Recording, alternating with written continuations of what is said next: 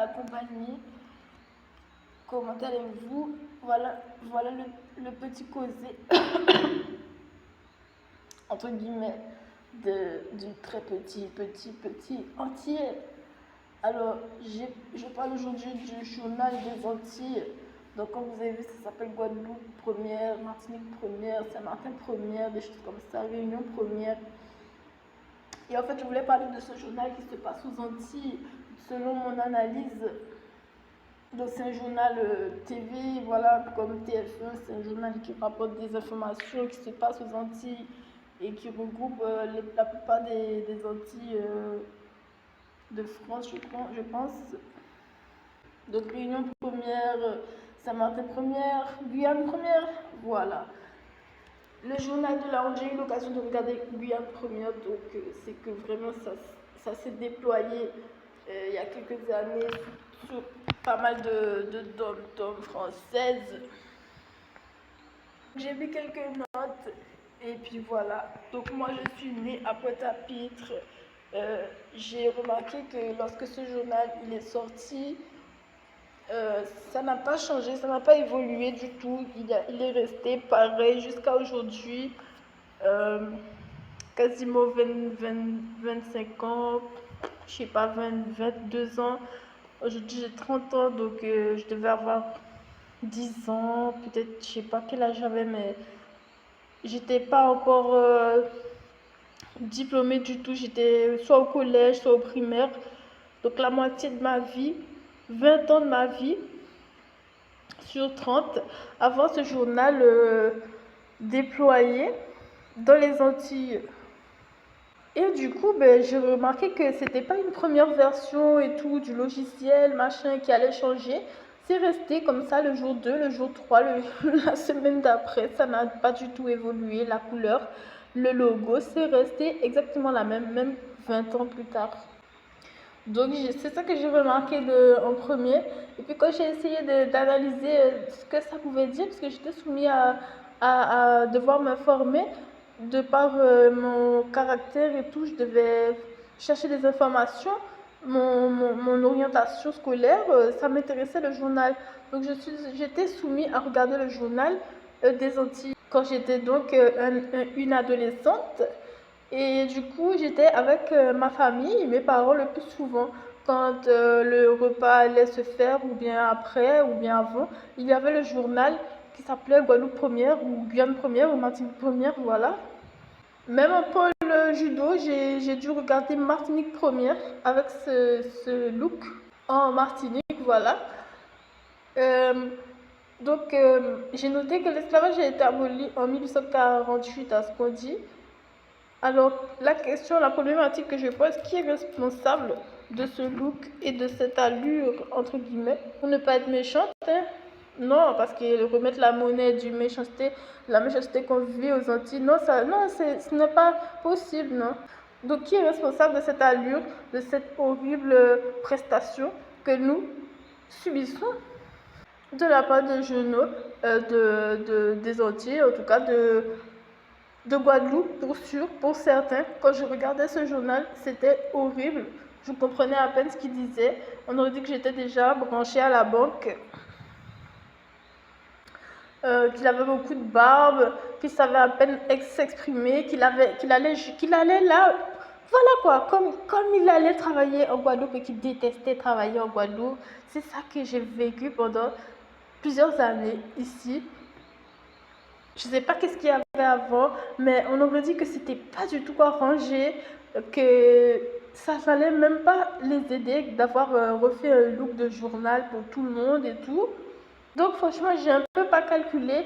Moi, je savais que j'avais l'éducation dans mon orientation, donc je me suis dit, ben là, c'est un petit peu mal parti parce que je vais parler du DRH, de l'orientation des enfants, de la santé, et on me présente déjà un journal qui n'a pas envie d'aller travailler.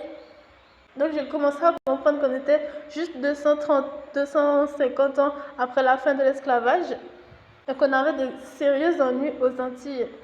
Donc franchement, j'ai un peu décroché du Guadeloupe première. Je regardais juste les images, voilà, parce que les leçons pour moi c'était C'était comme lire un Molière, c'était un petit peu inaccessible, malgré que j'étais métisse, noir et blanc, ben, c'était tout aussi inaccessible. Il y avait plusieurs journalistes, aucun ne réussissait à me captiver dans le journal. Il y avait même une amérindienne, je crois. Rien de rien. Donc, qui est responsable? L'esclavage a été aboli de ce look, de cette prestation horrible de, du journal des Antilles. Moi, je pose la question parce que je me demande si c'est une blague. Des fois, on aurait dit qu'ils mangent des bonbons entre la pause, qu'ils rigolent, qu'ils pouffent de rire comme ça, alors que c'est très sérieux. Parce que Guadeloupe Première, c'est l'un des pires journaux des Antilles. Si vous regardez, ils sont exactement comme ils sont dans la société jusqu'à aujourd'hui. Ils sont très méchants, on aurait dit, et qu'ils harcèlent quelqu'un derrière la caméra, des choses comme ça. Donc, qui est responsable? L'équipe d'Afrique ou le blanc? Pays, je n'en ai aucune idée. Alors, il n'y a aucune holocauste. Donc, ça veut dire que quand tu regardes le journal avec les enfants, avec leurs parents, ils sont soumis. Ils sont soumis non seulement aux journalistes qui auraient pu les aider à mieux s'intégrer dans la société, mais aussi à leurs parents qui sont peut-être dangereux, sauvages, comme on dit ici, autorité, trop d'autorité. Donc, je trouve que le journal, parfois aux Antilles, est plus défavorisant que favorisant. C'est très grave. Il est plus dangereux de regarder ce journal que de ne pas le regarder ou de faire semblant d'avoir compris ou bien de faire un peu de notes comme ça devant ses parents en faisant semblant de comprendre. Je trouve que c'est très dangereux de mettre un tel système aux Antilles dans le journalisme et ça montre qu'il y a une grande criminalité qui se passe aux Antilles mais aussi en France. N'en déplaise, Molière, je t'ai vu quand tu étais mon père. Tenez, regardez un peu ce logo, couleur blanchâtre. Je n'avais pas encore vu cela. Regardez, qu'est-ce que vous pensez? C'est bleu ou c'est blanc? J'arrive pas à comprendre, j'avais pas encore vu une couleur comme ça. Qu'est-ce qu'il faut comprendre là-dedans? Personnellement, c'est une couleur qui me dégoûte. Même quand je regarde le ton, la boîte du thon, c'est pas ça. C'est ce que je me suis dit. C'est quoi cette couleur? J'ai jamais vu cette couleur. La pire couleur que j'ai vue comme ça, c'était à peu près vers le thon. Et le thon était plus beau. L'emballage du poisson était plus beau. Je ne sais pas ce qui s'est passé, qu'est-ce qu'ils ont voulu mettre en lumière dans ce journal. Mais la couleur, ça montre qu'on parle vraiment de gros problèmes, vous ne trouvez pas? La couleur est enfermée. Comme si le bleu n'existait pas. Voilà, tout simplement. Comme s'il y avait un mélange qui s'ajoutait en permanence au bleu, alors que le bleu est censé être très pur. Comme le blanc de la robe de mariée. Si c'est pas blanc, ben on voit que c'est pas blanc en fait, que c'est jaune et tout. Je trouve que le bleu c'est un peu une des couleurs. Ben, il faut faire attention, comme le couleur beige, saumon, je sais pas. Ben, si tu dis pas que c'est bleu, au bout d'un moment, on va voir que c'est pas bleu. Je trouve que c'est plutôt puissant, que ce soit le foncé ou le bleu cyan. Donc là, ils ont fait un mix, tu vois, entre foncé et cyan, déjà, pour commencer. C'était plutôt audacieux. Et en plus, ils ont rajouté une touche soit de beige, soit de vert. On ne sait pas vraiment qu'est-ce qui est venu se rajouter. Moi, j'ai conclu qu'on parle aussi d'autre chose. On parle de drogue, malheureusement. On parle de mauvaise éducation, de mauvaise hygiène à travers ce logo. Ou BFM en voir, ou ses frères en moins. En plus d'avoir un peu observé les travailleurs des Antilles en ce moment aux Antilles, ben, je peux constater que c'est vraiment néfaste. Je pense cette couleur annoncée. J'ai vu un peu les personnes connues et tout de certaines villes. Ben, je suis d'accord en fait que la couleur du logo, elle est venue comme ça pour annoncer qu'il y a de l'obsession, il y a de la perversité dans les Antilles. Donc les Antilles sont dans un gros problème de concepts éducatifs tout en gardant la volonté de ne pas être dans l'esclavagisme. À ce que l'on dit. À ce que l'on dit, quand tu essaies de faire un peu de entretien, on te parle plus de respect de soi. Ici, tu vas pas me toucher, des choses comme ça. On n'a pas encore vu à quel moment le gouvernement actuellement comprend les enjeux des Antilles. On a l'impression que les affaires se font plutôt en interne par les Antillais, ceux qui sont aux Antilles. Globalement, c'est d'autant plus effrayant pour connaître un peu le blanc dans ce moment, quoi, le blanc, on va dire, trending. J'ai un peu peur pour ce résultat. Euh, j'ai mis hashtag avenir, hashtag prostitution.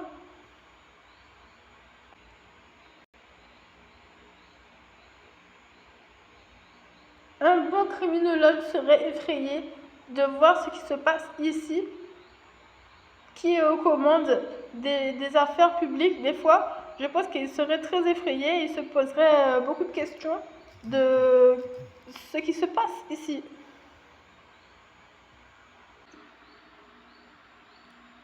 Il aurait très peur.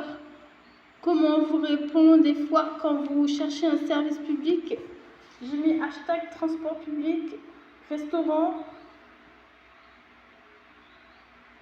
La bourgeoisie n'a plus de sens. Même le violet, encourageant de certains, il devient terne des fois.